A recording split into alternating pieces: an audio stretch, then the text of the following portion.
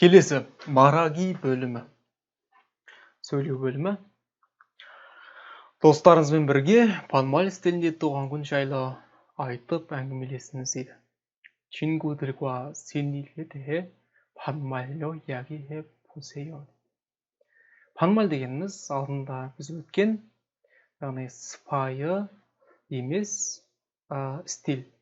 Яғни өзінде жасы кіші адамдарға, жақын достар арасында қолданатын сөйлеу стилі мәнері. хераче, хече дегендер солар. Соны хеоче, хераче.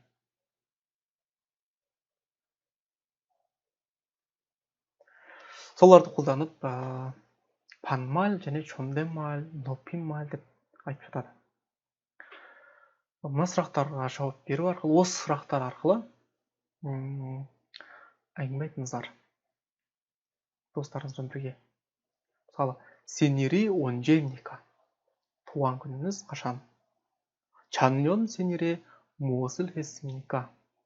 өткен жылы туған күніңізде не істедіңіз? 생일에 어떤 선물을 받았습니까?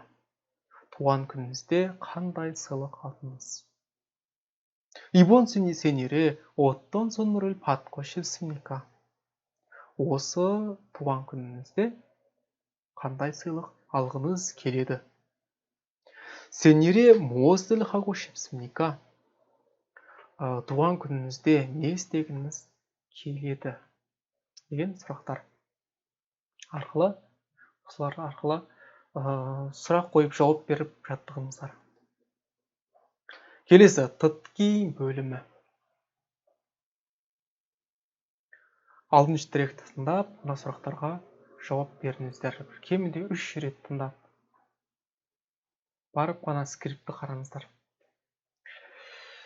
Сұрақтарға жауап беріңіздер. Мысалы, 돌잔치는 무엇입니까? 돌잔치 дегеніміз не? Тыңдау арқылы жауап беріңіздер. Және сұрақты тыңдаған мазмұнмен дұрыс болса, дұрыс болса X белгілейсіздер. Мысалы, 두 사람은 돌잔치에 함께 갈 것이다. мына екі кісі 돌잔치ге бірге барады. 돌잔치에 갈 때 돌 반지를 꼭 사야 한다. жаңағы бір жас туған күніне барарда жаңағы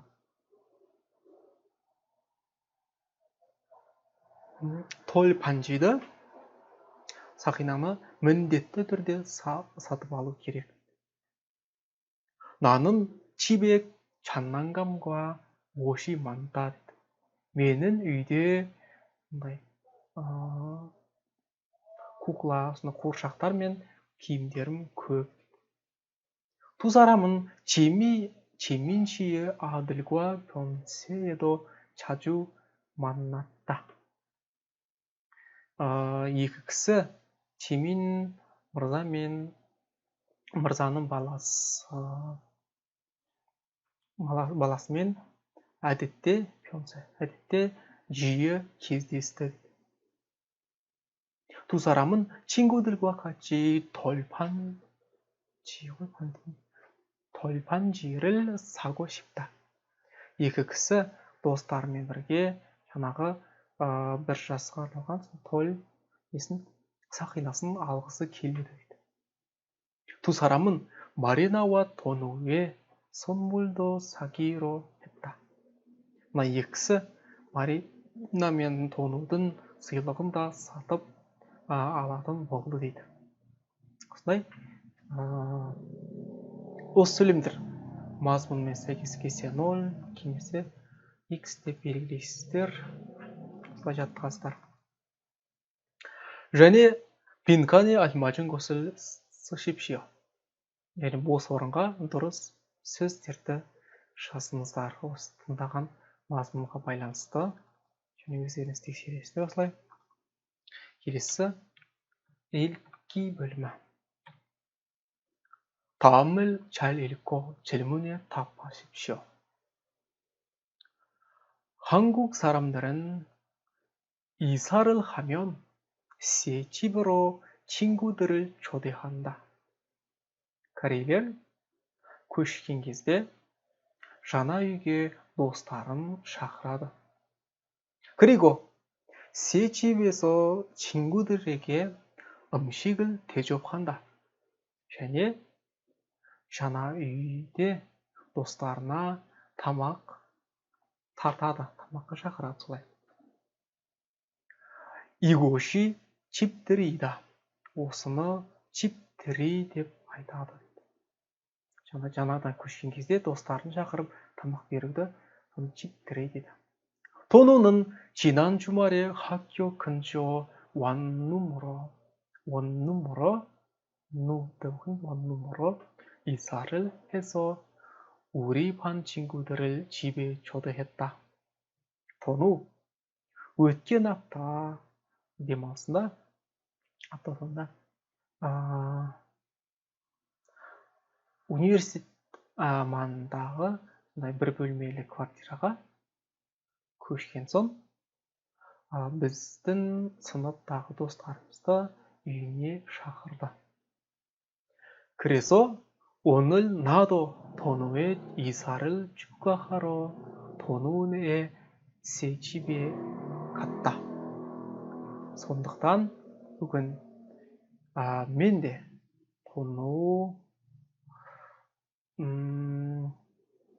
토노дың жаңа көшкенін құттықтауға 토노дың жаңа үйіне бардым. 나는 토노의 집들이에 갈 때 제과점에 들렸다.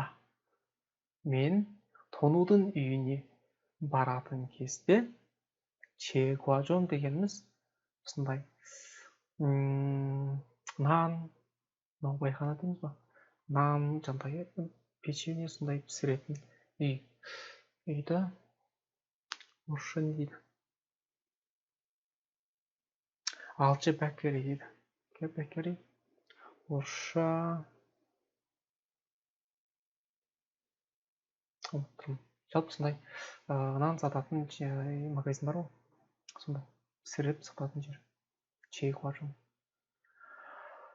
틀렸다 дегеніміз соған кіріп шығуды айтады. 틀렸다 бір жерге бара жатып мінеге соғып ары кететінді соны 틀리다 дейді.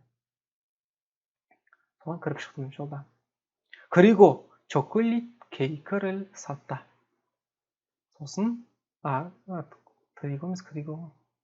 сосын жаңағы шоколад тортын сатып алдым. 토노의 집에는 친구들이 많이 있었다. 토노의 үйінде достары көп болды. 우리는 토노의 이사를 축하해 주었다. біз 토노дың көшіп келуін, жаңа үйін құттықтадық. 그리고 토노에서 선물을 토노에게 болу керек. 토노에게 선물을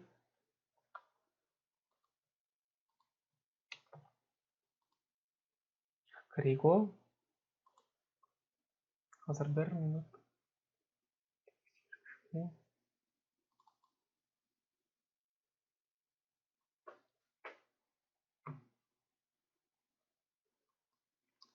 그리고 토노에게 선물을 주었다. сосын 토노가 сыйлықтарымызды бердік. 나는 제일 먼저 케이크를 줬다. мен ең бірінші болып торт бердім. 그리고 이사를 축하해 라고 말했다. сосын көшуіңді, жаңа үйіңді құттықтаймын, көшуіңмен құттықтаймын деп айттым дейді. 그런데 다른 친구들은 모두 휴지와 세제를 선물했다. алайда басқа достарымның барлығы жаңағы дәретхана қағазымен жаңағы жуатын заттарды берді дейді. сыйлыққа берді дейді. сыйлық жасады. 바이라는 휴지. 바이라는 휴지를 줄 때 앞으로 모든 일이 다 잘 풀릴 거야 라고 말했다. 바이라 жаңағы дәретхана қағазын берерде алдағы уақытта барлық жұмыстарын, шаруаларын жақсы болады, шешіліп кетеді деп айтты дейді. Бұлай айтатын себебі негізі 휴지 деген дәретхана қағазы. осылай домалақ болғаннан кейін жаңағы 풀리다 деп айтады. Оны да шешілу дейді. жаңағы оралып тұрғанды шешуді, сонда оны да корейлер 풀리다 деп айтады. 풀다. сондықтан 일을 풀다 деп айтады. екеуі бір нәрсе ғой. жаңағыдай 휴지인 көп болса, 휴지 берген себебі сондай ырыммен, сондай ниетпен бергені. жұмыстарын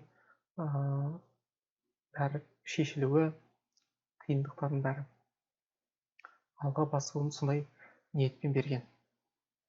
미나는 세제를 줄 때 부자가 되라 라고 말했다. бірақ мынаны түсінбедім, ұмытып қалдым. не үшін олай мынандай мағына беретін 세제는? 세제 деген жаңағы ыдыс жуатын химиялық заттар. ол жаңағы бай бол деп берген екен, сондай мағына білдіреді екен. беретін кезде бай бол деп, 부자가 되라 деп берді дейді. 나는 그것이 이상해서 친구들에게 물어봤다 дейді. маған сол нәрселер бір түрлі көрінгендіктен дейді, басқаша көрінгендіктен достарымнан сұрадым. 그러자 친구들이 집들이 선물의 의미를 이야기해 주었다. солай сосын солай айтқандықтан дейді. кейін достарым жаңағы 집들이 сыйлықтарының мағынасын айтып берді. 그래서 나는 집들이 선물의 의미를 알았다. сондықтан мен жаңағы 집들이 сыйлықтарының мағынасын түсіндім. 나는 돈우에게 미안해. 미안해. 선물의 의미를 잘 몰랐어. 라고 말했다. мен 돈우가 кешір, сыйлықтың мағынасын жақсы білмедім деп айттым. 돈우는 아니야. 요즘은 케이크 선물도 많이 해. 라고 말했다. 돈우 болса, жоқ, ештеңе етпейді. соңғы уақытта торт сыйлықта көп береді дейді, деп айтты. 하지만 나는 아직 한국의 문화를 잘 모른다. 앞으로 한국의 문화를 더 공부해야 한다. 라고 해.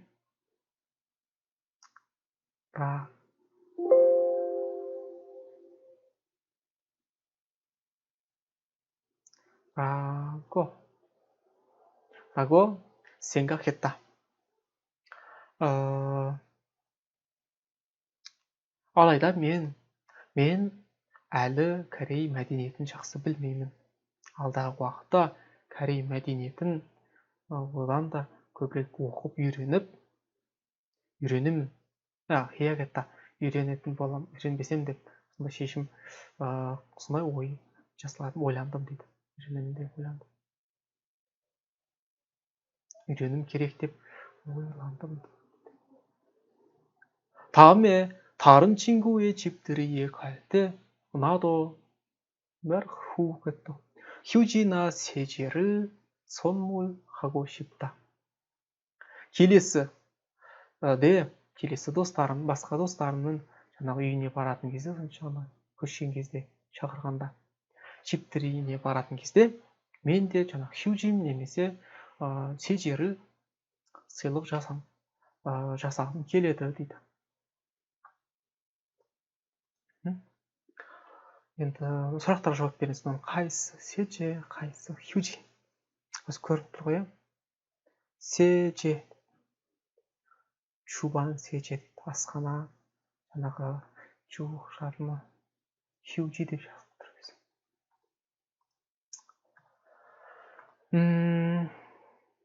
Мына сұрақтарға жауап беріңіздер оқып. Тонуның сейчибуро чингурел чодегетта дейді. Тону жаңа үйіне достарын шақырды дейді. Дұрыс,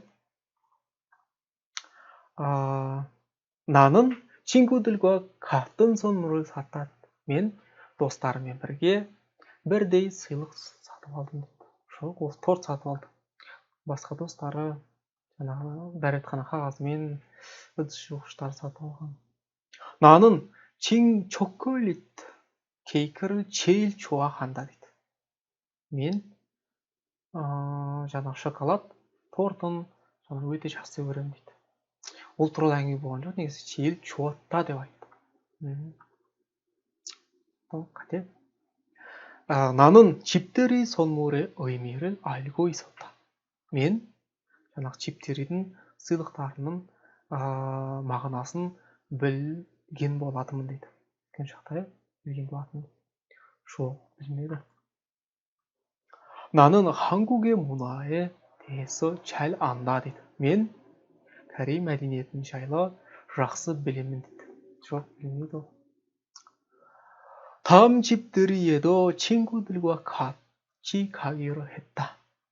келесі жаңа 집들이ге де достарыммен бірге баратын болдым, бармақшы болдым дейді. ондай ол туралы әңгіме айтқан жоқ. мына сұрақтарға өздеріңіз жауап беріңіздер. 집들이는 무엇입니까? 집들이 дегеніміз не? осыны корейше өздеріңіз жауап беріңіздер, жазыңыздар. одан кейін 한국에서는 집들이에 갈 때 무엇을 사갑니까? кореяда 집들이ге баратын кезде нені сатып алып барады? жазыңыздар. 집들이에 갈 때 왜 세제나 휴지를 선물합니까? 집들이ге баратын кезде неліктен жаңағы ыдыс жуатын мен дәретхана қағазын сыйлық жасайды. Не үшін сыйлайды? Соны жазыңыздар. Сұраққа жауап беріңіздер. одан кейін сыги тапсырмасы.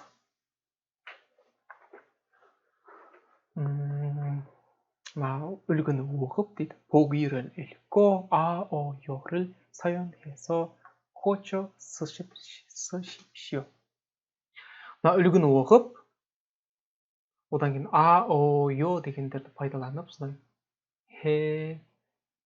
жүйесі пайдаланып, жаңағы өзгертіп, түзетіп жазыңыздар дейді. осыны оқып, 입니다고 соны пайрая деп өзгертіп жазасыздар.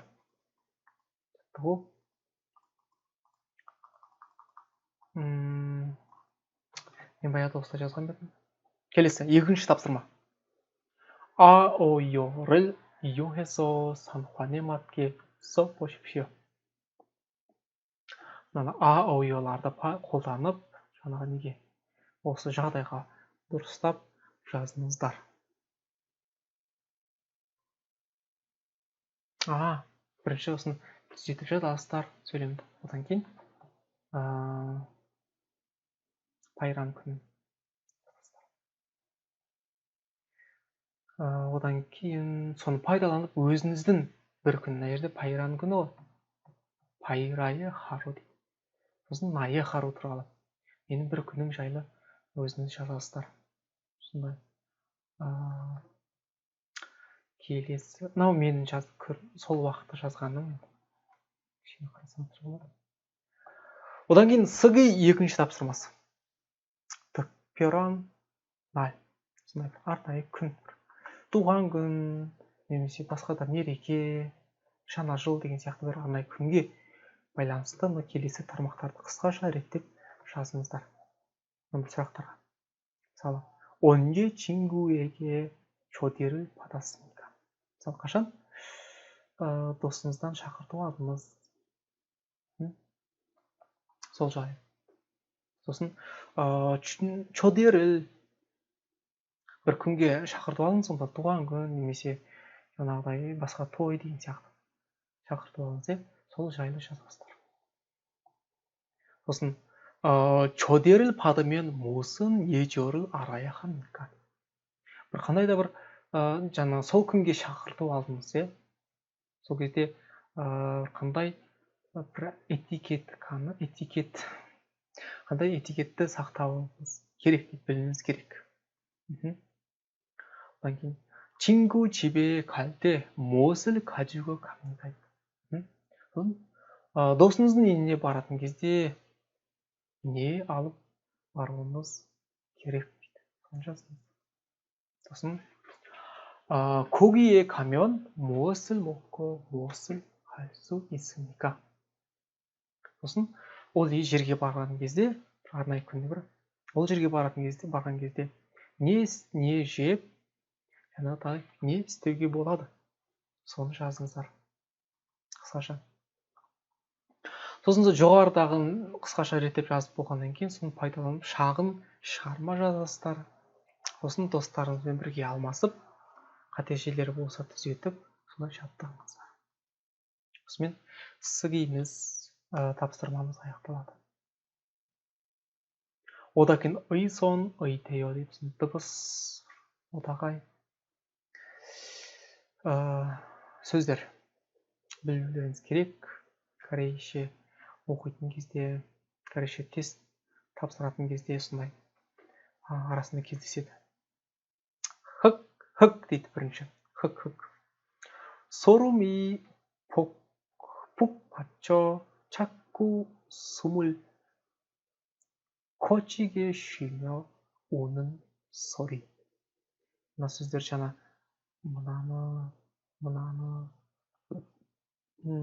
мынаны өткен болатынбыз. ульда деген шылау қосымшамен жазып қойдым. мыналарды біз жаңа сөздердің ішінде көрдік. қайғыға толы болып, толып дейді ғой, сау ете қалып деп аудардық қой. қайта ауыр күрсініп 숨을 거치게 쉬며 дейді. ауыр күрсініп жылайтын дыбысты соны хык деп айтады. қайғыға толы болғандықтан енді деп не алады ғой, енсіп деп айтады ғой, жылайды, соны хык деп айтады. мысалы 친구가 그 소식을 듣고 흑흑 흐느꼈다. досым сол жаңалықты тыңдап хабарды естіп 흑흑 деп жылады дейді. 연화관 여기저기서 흑흑 울음소리가 들린다. кинотеатрдың әр жерінде 흑흑 деген жылаған дыбыстар естіледі. тыттаның сондай несі пассивтер естілу. тытта деген есту, 들린다 деген естілу. келесі 훌쩍 ойбой 콧물을 들이마시며 잇따라 흐느껴 오는 소리 또는 그 모양입니다. 자, мұрны ағатын суды бүйтіп ішіп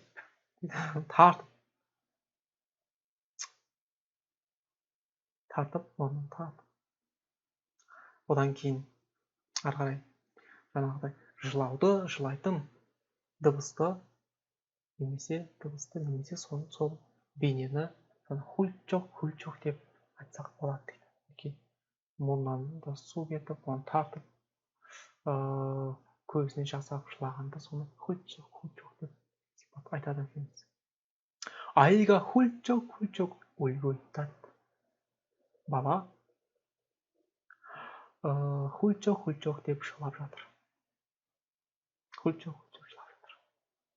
드라마를 보고 훌쩍훌쩍 울었다. 드라마ны көріп 훌쩍훌쩍 жыладым.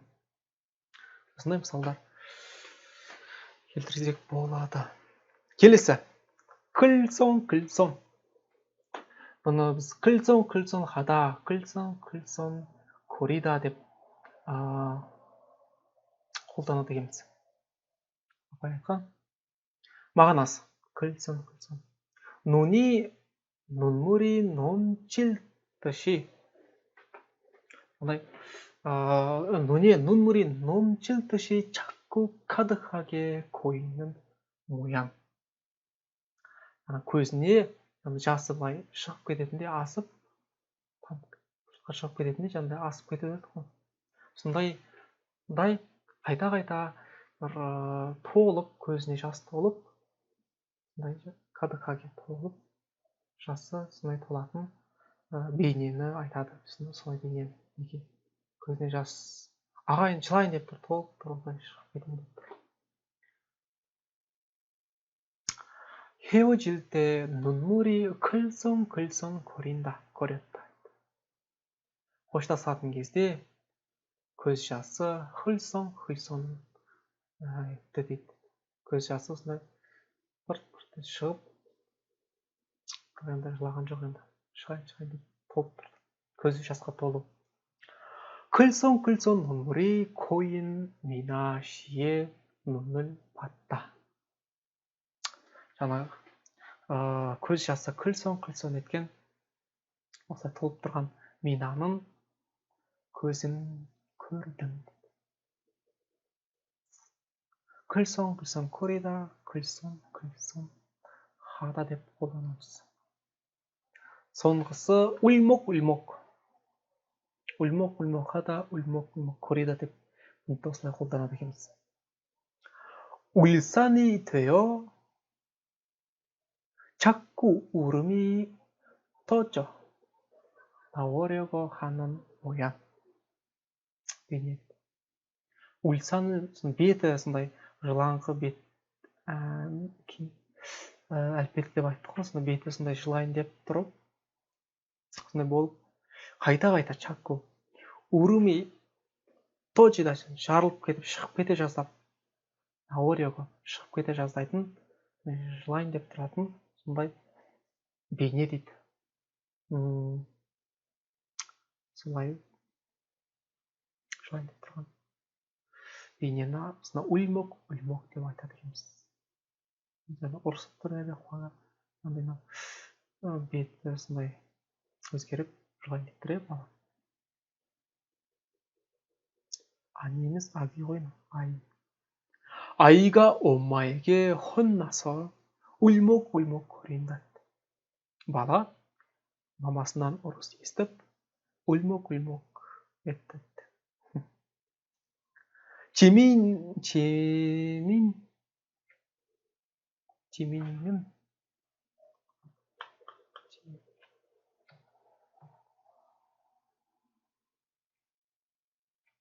지민이는 미나가 울먹울먹 하는 것을 보고 마음이 아팠다.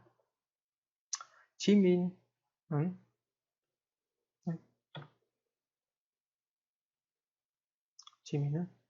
미나는 жаңағыдай 울먹울먹 еткен, жаңағы 울먹울먹 하는 울먹울먹 болып тұрған көріп, 미나는 마음이 아프다.